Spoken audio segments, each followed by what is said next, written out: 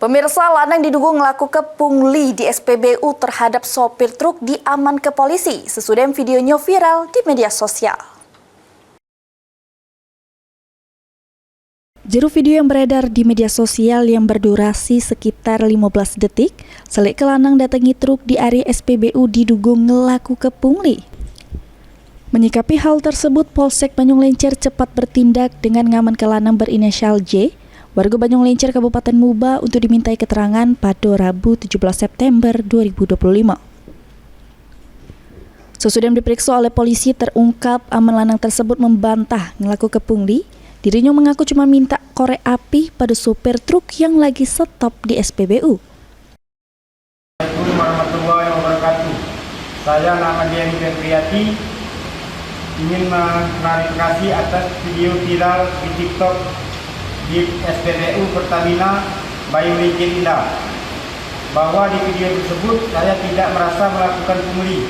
Saya hanya meminta api rokok kepada sopir tersebut. Demikian klarifikasi saya buat dengan yang sebenar-benarnya. Terima kasih. Sementara itu, pihak Polsek Banyung Lencir negaskan kasus ini masih jero penyelidikan. Polisi menghimbau masyarakat untuk tidak mudah terprovokasi dengan informasi yang belum jelas kebenarannya di media sosial. Ini pihak Polsek Banyung Lencir sudah mengamankan wong yang bersangkutan. Sementara pihak yang bersangkutan menyatakan tidak melakukan pungli. Meski demikian, kepolisian masih terus menyelidiki kasus ado atau idaknya praktik pungli pada sopir truk tersebut. Selain itu, polisi menghimbau masyarakat untuk melapor ke langsung setiap tindakan pungli atau pelanggaran hukum pada pihak berwenang.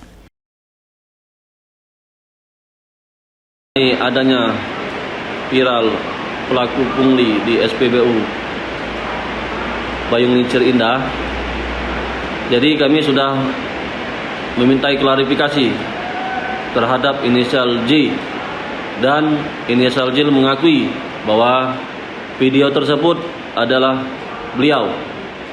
Akan tetapi beliau mengatakan bahwa di video tersebut saya hanya meminta api rokok.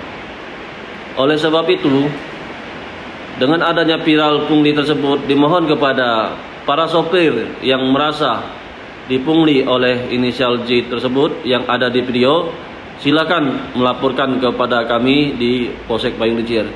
Ruzi Iskandar, PAL TV.